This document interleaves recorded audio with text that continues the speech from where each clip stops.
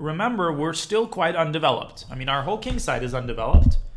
So, it's like we've won a lottery ticket, but we're, in a war zone, and we need to escape the war zone, and then we can cash our lottery ticket in, and we can live happily ever after. So we just need to survive for a couple of moves. At this point, I don't even care about b5. It's kind of like you're attacking from all sides, and this is like a net that you have to brush off from your shoulder. This is just like a harmless move. He's not doing anything at all.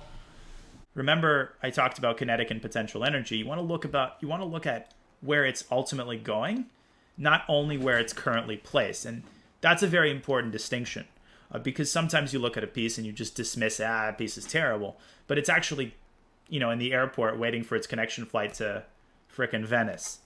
Okay, this guy's playing well. Let's not forget that sometimes the simplest way of converting a position is just to win a bunch of material. That's like life insurance. Something goes wrong in the attack, you're still up a rook, all right? There's no shame in taking the time to help yourself to an all-you-can-eat buffet consisting of white's pieces, all right? And even though white would eventually win that pawn, it would take him a while to do that and then move the bishop back away and then go h4 try. It's like knockout in basketball, right? You use your basketball to hit your opponent's basketball, and by the time that they run and get it and make a basket, you've already made 18 layups. It's the same kind of principle, right? You sacrifice a pawn. By the time he takes that pawn and moves the bishop away and moves the h-pawn, that's like 5-6 tempi. But the bottom line is Nimzovich, Aaron Nimzovich, who is a frequent reference on this stream, right? He wrote my system. He makes the analogy of sort of a dentist who fills a cavity. C5 creates a cavity on d5, and Nimzovich talks about it as like when you close the center prematurely, you basically give your opponent a free visit to the dentist. He no longer has a cavity because it's filled with a pawn. And these pawns on c5 and e5 are not protected by d6.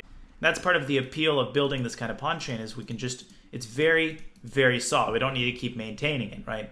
It's like a move-in ready house. You don't need to invite the remodelers. Everything's in place. Just turnkey. And we have a couple of options here. We can play it conservatively. We can play e6 and bishop e7. Or we can play it, I was going to say we can play it conservatively, we can play it liberally, and then the people playing e6 and g6 will hate each other for the rest of their existence. And that is how Daniel Naroditsky started a civil war in the chat. What about the libertarian move? The libertarian move would be, Daniel, don't tell me where I should develop my bishop. I'm leaving it on f8. On this d4 pawn, and the bishop is just going to look like the guy who goes stag to prom. I mean, nothing wrong with that. But, you might just have to shuffle back to c1 and, stay where the food is at. All right. Let's get this knight onto this unbelievably juicy outpost. This is even better than a kebab. How do we do that? Now, we need to fly from Charlotte to Paris. So we need to go through London. Munich is closed. The airport is closed. Now, the problem is there's a plane at our gate. There's a plane at our gate. Let's get that plane out of there. Yeah, bishop d5. g4. So he's trying to attack with his pawns, but that's kind of like trying to, it's like trying to break down a,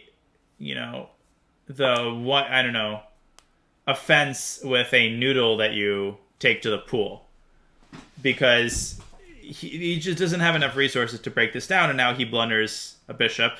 Knight bd2 is the fuel efficient move. Knight bd2 is the sort of the Toyota Prius kind of move. King f1 is the let me climb into my Ferrari kind of move, and let's forget about these other considerations and let's go directly for the immediate initiative, and we'll worry about our king safety later.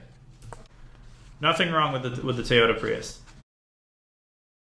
In fact, Toyota is a phenomenal car brand. Okay, you can't infiltrate through the center, so you kind of have to use weak squares. You're kind of climbing a wall, grabbing onto the rocks, if that makes sense, or you're grabbing onto debris. I just want to tell you guys why e4 is not the best way to play.